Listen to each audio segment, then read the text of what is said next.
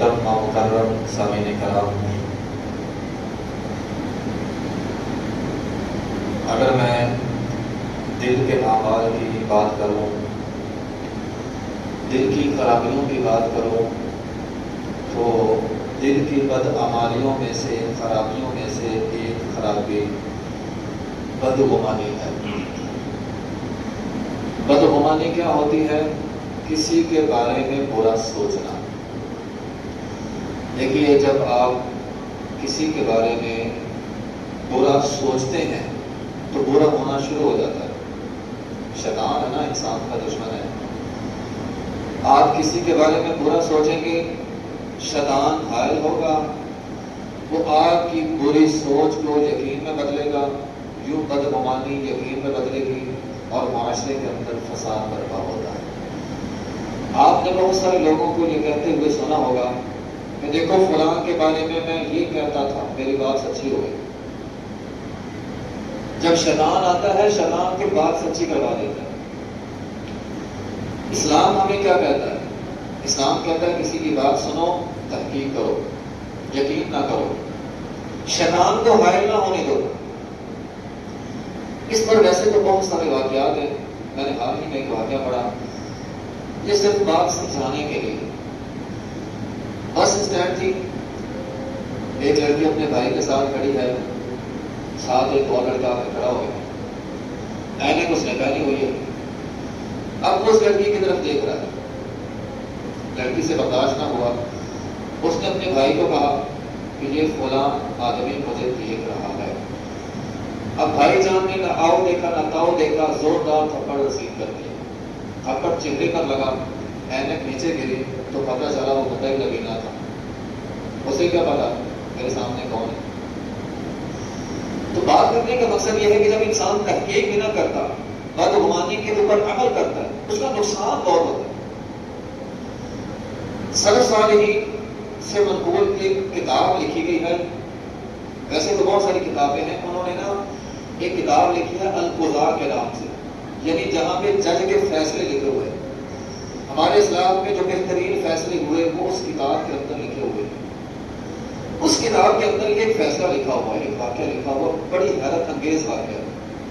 ایک محلہ تھا، محلے میں شور ہوا، پکڑو پکڑو پکڑو پکڑو، بھاگو پکڑو بھاگو۔ ہمارے یہاں بھی ہوتا ہے، کوئی واقعہ پیش آیا، پکڑو پکڑو پکڑو۔ لوگ باہر نکلے، دیکھا ایک آدمی ہے، اس کے کپڑے خون سے لدے ہوئے ہیں، ہاتھ کے اندر کھنجر ہے، کھنجر کے اوپر خون لگا ہوا ہے۔ لوگوں نے اس کو پکڑ لیا۔ اب جس طرح ہمارے معاشرے میں ہوتا ہے، نہ کو آؤ دیکھتا ہے، نہ کو تاؤ دیکھتا ہے، بات کچھ شروع ہو گئی۔ اس نے بڑا کہا کہ میں نے کچھ نہیں کیا، میں بے قصور ہوں۔ لوگوں نے کہا خون لگا ہوا ہے، ہاتھ کے اندر کھنجر ہے، تم نے کیسے کچھ نہیں کیا؟ بڑا مارا اسے، پولیس کے حوالے کر دیا، پولیس والوں نے بھی مارا۔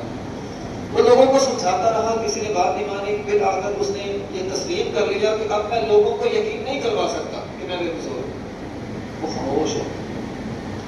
لیکن جب بدگمانی بڑھتی ہے اور بدگمانی یقین میں بدل جاتی ہے اور معاشرہ اس پر یقین کر لیتا ہے، پھر آدمی خاموش ہو جاتا ہے۔ اب میں کیا کروں، کس کو سمجھاؤں؟ میری بات کا کسی نے یقین ہی نہیں کرنا۔ بلا کر مقدمہ قاضی کے پاس گیا، فیصلہ ہوا کہ اس کو قصاص میں قتل کیا جائے گا، اس کی گردن اڑا دی جائے گی۔ اور اس دور میں فیصلے ہوتے تھے سریعام، کوئی بھی سزا ملتی تھی سریعام ملتی تھی۔ دن مقرر ہو گیا، لوگوں کا مجمع لگ گیا۔ اب اس کی گردن تلوار سے اتارنے والا تھا جلاد۔ مجمع میں ایک بندہ کھڑا ہوا، اس نے کہا جس قتل کی وجہ سے کسی سزا دی جا رہی ہے وہ قتل میں نے کیا۔ ایک بندہ مجمع میں کھڑا ہوا، اس نے کہا یہ قتل میں نے کیا۔ اب لوگ حیران ہو گئے، سارے حیران کھڑے۔ اب تک تو ہم اس کو قاتل سمجھ رہے تھے، چند سیکنڈ میں اس کی گردن جو ہے وہ اڑا دی جانی تھی، تو یہ کیا ہو گیا؟ مجرم بھی بدل گیا، اعتراف جرم اس نے کر لیا۔ پھر لوگوں نے اس سے پوچھا ہاں بھی تو نے بیان کیوں نہیں کیا، تو نے قتل کیا؟ اس نے کہا نہیں، میں تو کب سے بھیڑ رہا ہوں، میری کسی نے سنی نہیں۔ لوگوں نے کہا تیرے ہاتھ پہ کھنجر تھا، لہو سے بھرا ہوا، کپڑے پہ خون تھا، وہ کیا تھا؟ وہ کہتا میں تو جانور ذبح کر رہا تھا، میں نے شور سنا، میں بھی بھاگا۔ کیا ہوا باہر؟ جب باہر نکلا لوگوں کو دیکھا، لوگوں نے مجھے پکڑ لیا، میری کسی نے سنی نہیں۔ اس فیصلے کو قضا کی کتاب کے اندر لکھا ہوا ہے اس کا. ہمارے معاشرے میں لوگ تحقیق نہیں کرتے، دیکھ لیا بس یقین کرتے، دیکھنے کے ساتھ یقین ہو جاتا ہے اور پھر شیطان حائل ہوتا ہے. دیکھیں بدگمانی ہو جانا تو بڑی بات نہیں ہے، بدگمانی لگ جاتی ہے. معاشرے میں آپ کو بہت ساری علامات ملیں گی بدگمانی، لیکن شریعت اسلامیہ یہ کہتی ہے آپ شروع سے ہی وضاحت کر کے اپنے دل کو تسلی دے دیں، شیطان کو حائل نہ ہونے دیں. جب شیطان حائل ہوتا ہے ایک بدگمانی دوسری تیسری چوتھی پانچویں چھٹی بندے کو یقین ہو جاتا ہے. بدگمانی یقین کے اندر بدل جاتی ہے، شیطان حائل ہوتا ہے اور بندے کو تباہ کر دیتا ہے. اس لیے شروع سے ہی بندہ، اب اس بیچارے کی کسی نے سنی نہیں، شروع سے کوئی تحقیق کرتا تو سمجھا معاملہ تو خراب ہو چکا تھا. حدیث کیا کہتی ہے؟ رسول اللہ صلی اللہ علیہ وسلم نے کیا فرمایا؟ فَإِنَّ الظَّنَّ أَكْذَبَ الْحَدِيثِ. بدگمانی سب سے بڑا جھوٹ ہے. جھوٹ نہیں کہا، فرمایا سب سے بڑا جھوٹ ہے. آپ کسی کے بارے میں برا سوچتے ہیں، سب سے بڑا جھوٹ ہے. ہاں شریعت کے اندر اتنی گنجائش موجود ہے، آپ کسی کے بارے میں برے خیالات آئے ہیں، خیالات پہ اللہ پکڑ نہیں کرتا. یہ آپ سمجھ لیں اللہ تعالیٰ کا ہم پر فضل ہے، احسان ہے، اللہ تعالیٰ کی رحمت ہے. نبی علیہ الصلوۃ والسلام نے فرمایا میری امت کے لیے اللہ کی طرف سے یہ مہربانی ہے کہ میری امت کے دل کے خیالات کو اللہ معاف کر دے گا. ہے یہ گناہ لیکن اللہ نے معاف کیا ہے. دل میں خیالات آئے، برے خیالات آئے، اللہ نے معاف کر دیا. کب تک؟ حدیث یہ کہتی ہے جب تک وہ اسے آگے بیان نہ کرے. تیرے دل میں برا خیال ہے کسی کے بارے میں تو نے آگے بیان کر دیا، آگے جرم مت کر. معراج کی رات نبی علیہ الصلوۃ والسلام ایسے لوگوں کے پاس سے گزرے جن کے ناخن تانبے کے، بڑے بڑے ناخن تانبے کے، اور اپنے ہی چہرے کو، اپنے ہی سینے کو کھود رہے، نوچ رہے. میرے ساتھ اسلام نے جبرائیل سے پوچھا جبرائیل یہ کون لوگ ہیں؟ کہا یہ وہ لوگ ہیں جو برا سوچتے ہیں، برا پھیلاتے ہیں. آگے بیان کرنا جرم ہے. خیالات کی حد تک معافی ہے، آ ہی جاتا بندے انسان ہے، خیال آ گیا لیکن اس خیال کو آگے بیان کر دیا، یہ جرم ہے. اور پھر اگر عمل کر لیا، بعض لوگ کسی کے بارے میں سوچا اور ایکشن لے لیا فوراً، اور اگر ایکشن لے لیا تو نبی علیہ السلام نے فرمایا میری امت کے دو لوگ، دونوں ایک دوسرے پر تلوار سونپنے والے، اسلحہ سونپنے والے، بندوق سونپنے والے، فرمایا دونوں جہنم میں. صحابہ کرام نے پوچھا اللہ رسول قاتل کی سمجھ آتی ہے، اس نے ایک بندے کو قتل کیا وہ جہنم میں جائے گا، مقتول کی جہنم میں جائے گا. فرمایا وہ بھی تو تلوار سونپنے والوں میں سے تھا نا، ایکشن لینے والوں میں سے تھا. جب آپ ایکشن لیں گے، غلط خیال ذہن میں آیا، یقین کر لیا، ایکشن لیا، آپ گناہگار ہو گئے. تو فرمایا میری امت کے دل کے خیالات اللہ نے معاف کیے ہیں، جب تک وہ آگے بیان نہ کرے یا جب تک وہ ایکشن لے لے، اللہ تعالیٰ نے اسے معاف کیا ہے. محترم بھائیوں، یہ جتنی ساری باتیں سنانے کا مقصد پتہ ہے کیا ہے؟ آج سوشل میڈیا کا زمانہ ہے، ایک فتنانی سیلاب، ایک سمندر ہے جس کے اندر پورا معاشرہ ڈوب چکا ہے. سوشل میڈیا کے اوپر کسی کو برا کہنا، کسی کو شرابی کہنا، کسی کو چور کہنا، کسی کو زانی کہنا معمول کی بات ہے. آپ کسی کے اوپر بھی کچھ بھی کہہ دیں تو کوئی مسئلہ نہیں. اس کو ہم نے معمول بنا لیا. تو کسی کو چور کہہ رہے ہیں کہ تیرے پاس دلیل کیا ہے؟ دلیل کوئی نہیں. چور شرابی ہے، فلاں زانی ہے، فلاں کرپٹ ہے کہ تیرے پاس کیا دلیل ہے؟ ہمارے پاس سب سے بڑی دلیل یہ ہے کہ لوگ کہتے ہیں. ویسے میں سیاست کی بات نہیں کرتا لیکن سیاسی جماعتیں بن گئی. اب ہم یہ سمجھتے ہیں میں ایک سیاسی جماعت میں سے ہوں، میرا مخالف دوسری سیاسی جماعت میں سے ہے، اب اس کی عزت دار کرنا میں نے اپنے اوپر فرض کر لیا. اور لوگ اس کو جمہوریت کا حسن کہتے ہیں. کیا خیال ہے کل قیامت کا دن ہوگا، اللہ کے حضور کھڑے ہوں گے، اللہ پوچھے گا تو نے فلاں کو جھوٹا کہا تھا، چور کہا تھا، دلیل کیا ہے تیرے پاس؟ کیا تو کہہ سکے گا لوگ کہتے تھے؟ اللہ تیرا عذر قبول کر لے گا؟ تو نے فلاں کو جھوٹا صرف اس لیے کہا کہ لوگ کہتے تھے. تو فلاں کو چور کہتا تھا اس لیے کہ وہ تیرا سیاسی مخالفت تھا، اور تو نے اس کو جمہوریت کا نام دے دیا. یہ مخالف کے اوپر مخالف کی عزت دار کرنی ہے، تیرا یہ عذر قبول نہیں ہوگا. اللہ بھی کہے گا یہ جمہوریت کا غصہ ہے، تیرا عذر قبول ہے، تو گناہگار تصور ہوگا. اس سے محترم بھائیوں، خدا سوشل میڈیا ہو یا کچھ بھی ہو، پہلے تحقیق کر لیا کرے. سوشل میڈیا سے آگے ہے اے آئی. میں یہ سمجھتا ہوں جب سے یہ اے آئی آیا ہے نا، بدگمانی کا ایسا سیلاب آیا ہے، بدگمانی کا ایسا بند ٹوٹا ہے جو رکنے کا نام ہی نہیں لیتا. تصویر جاری ہوتی ہے، ویڈیو جاری ہوتی ہے، بعد میں پتہ چلتا ہے وہ تو اے آئی ہے. آج کے زمانے میں مجھے بتائیں کون سی ویڈیو جو بنائی نہیں جا سکتی. آج کے زمانے میں آپ ٹرمپ کی زبان سے کلمہ جاری کروا سکتے ہیں، ویڈیو آ جائے گی، ٹرمپ اپنی زبان سے کلمہ پڑھ رہا ہوگا، لیکن حقیقت آپ ٹرمپ کو بیت اللہ میں کھڑا کر کے کلمہ پڑھوا سکتے ہیں ویڈیو کے اندر، لیکن حقیقت سے اس کا کوئی تعلق نہیں ہوگا. بندہ کہتا ہے میں تجھ پہ بڑا اعتبار کرتا تھا، تم پہ بڑا بھروسہ کرتا تھا، لیکن میں نے تیری ویڈیو دیکھی ہے، ابھی مجھے یقین نہیں رہا. بعد میں پتہ چلا وہ ویڈیو اے آئی کی بنی ہوئی ہے. جب سے یہ آیا ہے ہر چیز کے اپنے فائدے ہوتے ہیں، لیکن میں سمجھتا ہوں اس کا سب سے بڑا نقصان یہ ہے بدگمانی عام ہوگی. جس طرح کی مرضی ویڈیو بنا لو، آپ کو مسجد میں کھڑے کر سکتے ہیں، آپ بازار میں کھڑے ہو سکتے ہیں، آپ کسی بری جگہ پہ کھڑے ہو سکتے ہیں، تصویر آپ کی آ جائے گی، ویڈیو آپ کی آ جائے گی، آپ حاشی کرنے پہ کھڑے آ جائے گی.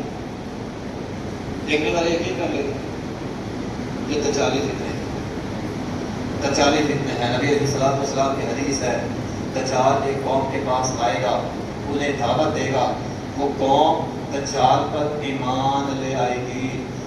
دجال، یہ صحیح حدیث ہے، دجال اس قوم کے لیے آسمان کو حکم دے گا، آسمان بارش برسائے گی. دجال اس قوم کے لیے زمین کو حکم دے گا، زمین سبزہ اگائے گی. یہ حدیث صحیح ہے. آج کے زمانے میں ایسی ویڈیو نہیں بن سکتی. ویڈیو کے اندر دکھایا جائے گا بارش ہو رہی ہے، ویڈیو کے اندر دکھایا جا سکتا ہے زمین سبزہ اگا رہی ہے، لیکن اس کا حقیقت سے کوئی تعلق نہیں ہوگا. آج کے زمانے میں ایسا ہو سکتا ہے. اس لیے میں کہہ رہا ہوں یہ دجالی فتنے ہیں.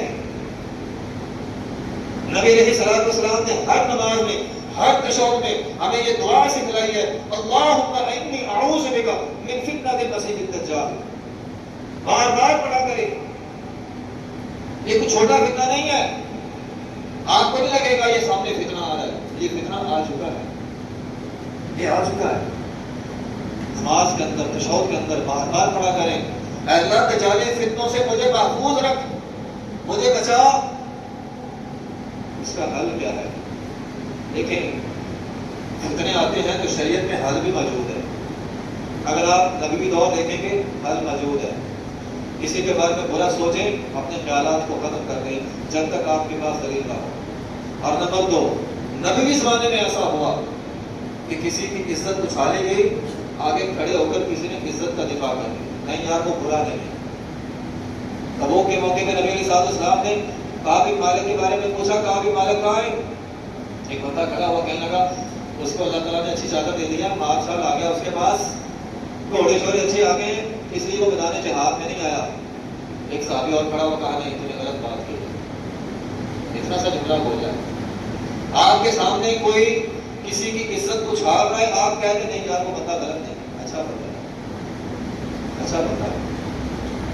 نبی علیہ السلام ایک محلے میں گئے، جب محلے والوں کو پتہ چلا نبی علیہ السلام آئے، سارے آگے ملنے کے لیے. مالک بن دوشم نہیں آیا. آپ علیہ السلام نے پوچھا مالک بن دوشم کہاں ہے؟ ایک بندہ کہنے لگا ذاک منافق، وہ منافق ہو گئے. کیوں؟ ورنہ اس کے رسول سے محبت نہیں کرتا. اگر کرتا ہوتا تو آتا نا، نہیں آیا تو وہ منافق. ہم بھی تو یہی کرتے ہیں. ہمارے یہاں تو نفاق کے سرٹیفکیٹ بانٹے جاتے ہیں اور ہم اپنی مرضی سے بانٹتے ہیں، شریعت کے اصولوں کے مطابق نہیں. ہمارے یہاں بندہ کو سیاسی پارٹی چھوڑ دینا، نفاق کا تھپا لگا دینا اور یہ منافق ہو گیا. کیوں جی یہ منافق کیوں ہوا ہے؟ اس نے اپنے وعدے سے غداری کی ہے. ہم دن میں کتنی غداریاں کرتے ہیں. اس نے جھوٹ بولا, ہم دن میں کتنے جھوٹ بولتے ہیں. اگر جھوٹ کی وجہ سے آپ کسی کو منافق نام لے کر کہہ رہے ہیں کہ ہم جھوٹ نہیں بولتے. اگر وعدہ خلافی کی بنا پر آپ کسی کے اوپر نفاق کا دھبا لگا رہے ہیں, کیا ہم وعدہ خلافی نہیں کرتے؟ بھائی اس نے پارٹی بدلی ہے, کوئی دین تھوڑی نہ بدلا ہے, کوئی نماز تھوڑی نہ بدلی اس نے. ہمارے یہاں صرف اس کا نفاق کا دبا لگ جاتا ہے. بھائی شریعت اسلامیہ نے یہ ضرور کہا ہے جھوٹ بولنا نفاق کی علامت ہے, وعدہ خلافی کرنا نفاق کی علامت ہے, عہد توڑنا نفاق کی علامت ہے, لیکن یہ نہیں کہا جو جھوٹ بولے آپ اس کا نام لے کر اسے منافق کہہ دیں. ہو سکتا ہے اسے بڑے جھوٹے ہم خود ہوں,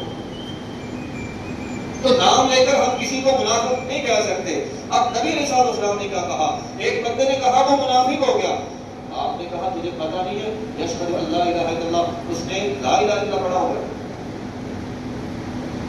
جس کی زبان سے لا الہ الا اللہ نکل گیا, آپ علیہ السلام نے منع کر دیا اس کا نام لے کر اسے منافق کہنے کو. وہ لا الہ الا اللہ پڑھتا ہے اسے منافق کہہ رہا ہے. ہمارے ہاں تو سرٹیفکیٹ ہوتے ہیں, اسٹمپ لگی ہوئی ہے, یہ منافق ہو گیا. نہ محترم بھائی ہو, نفاق کے فتوے نہ بانٹا کریں. جس نے لا الہ الا اللہ محمد رسول اللہ پڑھا ہوا ہے اس کا معاملہ اللہ کے سپرد ہے. اگر وہ جھوٹ بولتا ہے اس کا معاملہ اللہ کے سپرد ہے. اگر وہ وعدہ خلافی کرتا ہے اس کا معاملہ اللہ کے سپرد ہے. ہمارے پاس کوئی اختیار نہیں ہے کسی پر نفاق کا دبا لگانے. ہاں یہ کہہ سکتے ہیں جھوٹ بولنا نفاق کی علامت ہے, وعدہ خلافی کرنا نفاق کی علامت ہے. تو نبی علیہ السلام نے عزت کا دفاع کیا, اور یہ چھوٹی بات نہیں ہے. حدیث میں کیا آیا ہے, محمد عربی صلی اللہ علیہ وسلم نے فرمایا من رد عن عرض اخیہ رد اللہ عن وجهه من النار یوم القیامہ. اتنی بڑی بات ہے.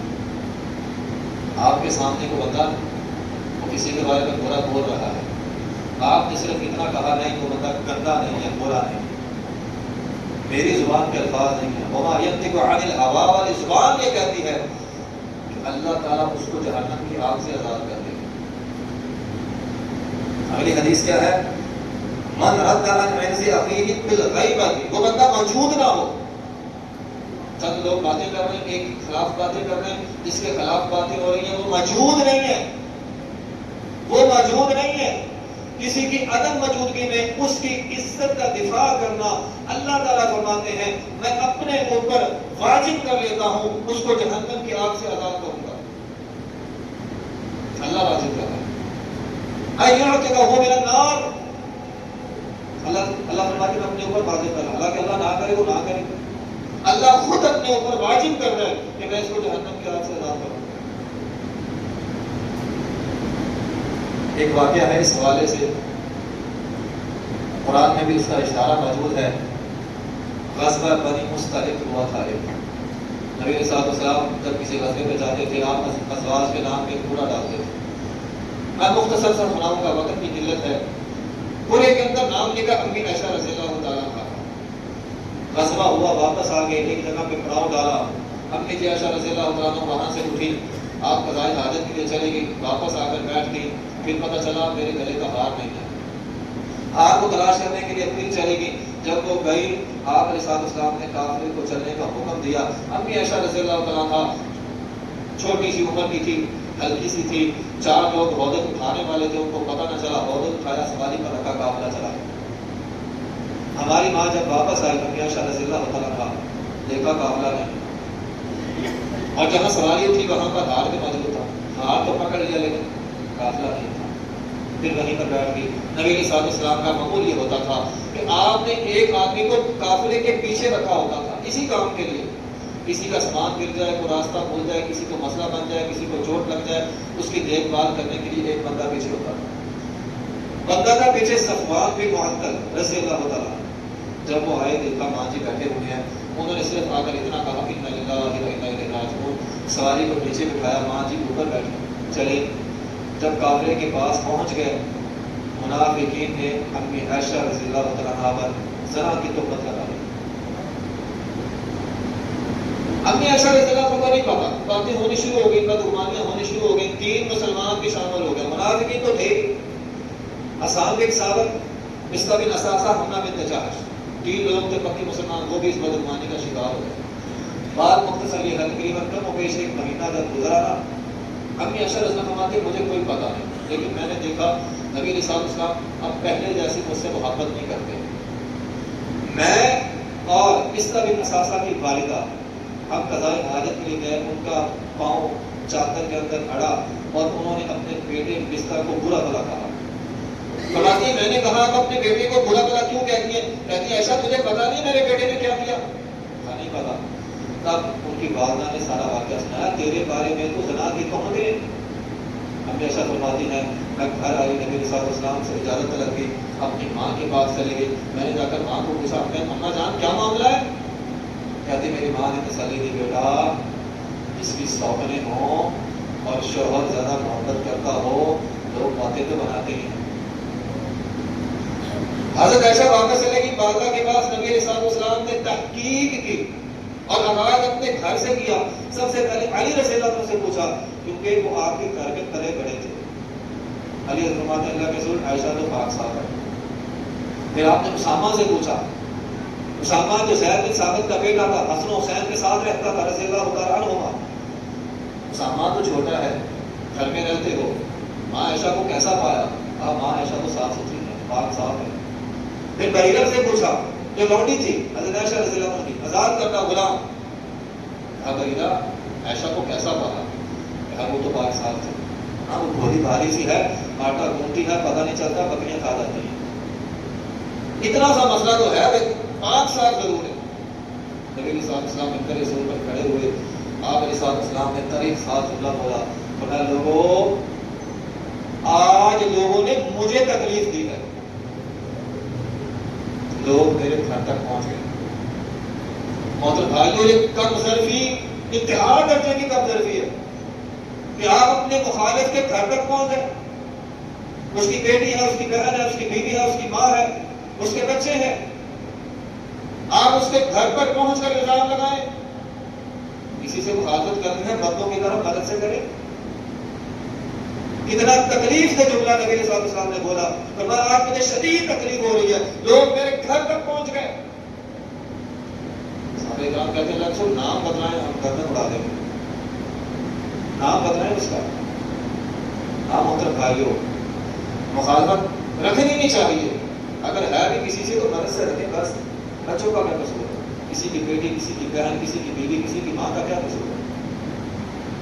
نبی صلی اللہ علیہ وسلم حضرت عائشہ کے پاس گیا، فرمایا عائشہ اگر گناہ ہوا ہے اقرار کر لو۔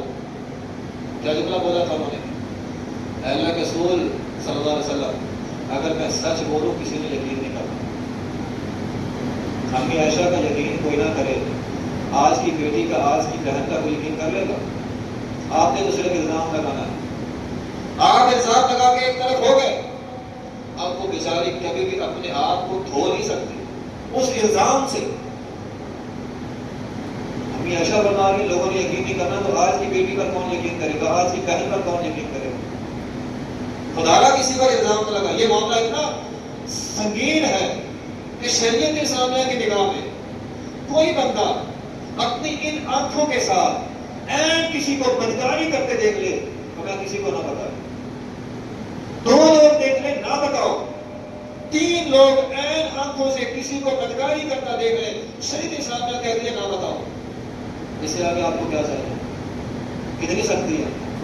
ہمارے یہاں شک کی بنا پر وہ اس کے ساتھ جا رہی تھی، بس شروع ہو گیا معاملہ، بچیاں خودکشی کر لیتی ہیں، ان کا یقین کوئی نہیں کرتا، وہ بیچاری خودکشیاں کر لیتی ہیں، نہ اچھا رشتہ ملے گا، نہ کہیں جائیں گی، خودکشی کر رہی ہیں۔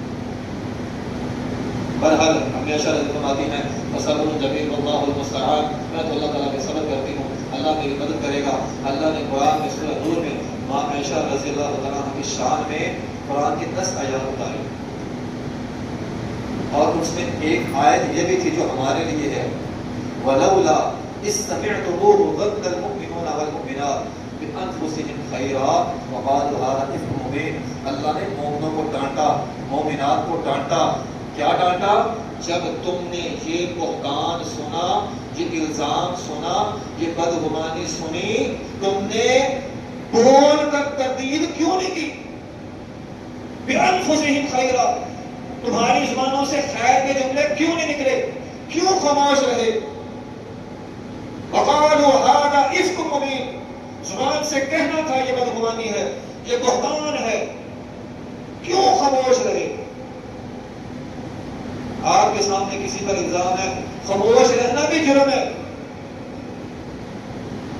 اگر وہ بندہ صحیح ہے اس کا دفاع کرے، نہیں وہ سچا ہے، قرآن کے اندر ڈانٹ ہے، کیوں خاموش رہے؟ کیوں نہیں کہا ہذا افک مبین، یہ واضح بہتان ہے؟ محترم بھائیوں، بات کرنے کا مقصد یہ ہے بدگمانیاں نہ پھیلائیں۔ معاشرہ تباہ ہو چکا ہے، گھروں کے گھر تباہ ہیں، بھائی بھائی کی لڑائی، بیٹے باپ کی لڑائی، ماں کی بیٹی کے ساتھ، معاشرہ تباہ ہو گیا۔ حقیقت کچھ بھی نہیں، صرف بدگمانی، تحقیق کوئی نہیں کرتا، گھر اجڑ گئے، تباہی آ گئی، بربادی آ گئی، فوراً موبائل نکالتے ہیں، باتیں شروع، ایک دوسرے کو بتانا شروع کر دیتے، میں نے فلاں کو ایسا دیکھا تھا۔ لوگوں کی قسموں کا دفاع کرے، کوئی جرم کرتا بھی ہے، من ستر مسلمان سترہ اللہ یوم القیامہ، آپ کسی کا ایک عیب چھپائیں، کل قیامت میں اللہ آپ کے گناہوں کو چھپائے گا۔ کیا یہ حدیثیں نہیں ہیں؟ اگر کسی نے گناہ کر بھی لیا ہے، نبی صلی اللہ علیہ وسلم نے کہا کسی نے گناہ کر لیا وہ توبہ کرتا ہے، اس کو زندگی میں اس کے گناہ کی آگ نہ دلائیں۔ اور تو فلاں ہے نا، اتنا غلط جملہ ہے، تو فلاں ہے نہیں، فلاں کبھی کسی کے گناہ کی آگ نہیں دلانی۔ ہو گیا گناہ کا معاملہ، اللہ کا معاملہ، بندے کا معاملہ ہے، اللہ معاف کرے، اللہ سزا دے، یہ اس کا معاملہ ہے، تو کون ہوتا ہے؟ یہ بندے اور اللہ کے بیچ میں تو کون ہوتا ہے؟ تجھے اللہ نے اختیار دیا ہے؟ نہیں دیا۔ لوگوں کے عیبوں کو چھپائیں، بدگمانیاں نہ پھیلائیں، غیبتیں نہ کریں، بہتان بازی نہ کریں، کسی پر الزام نہ لگائے۔ انسان اپنے ایمان کی فکر کرے، ایمان کی۔ میرا تیرے ایمان کا پتہ نہیں کیا حال ہوگا جب ہم اللہ کے حضور کھڑے ہوں گے، یہ فکر ہونی چاہیے۔ میں نے اللہ کے سامنے کھڑا ہونا ہے، اللہ نے مجھ سے آپ لوگوں کا حساب نہیں لینا اور آپ سے میرا حساب نہیں لینا، ہر بندے سے ہر بندے کا حساب دینا۔ تو انسان کو اپنے حساب کی فکر کرنی چاہیے۔ اور آپ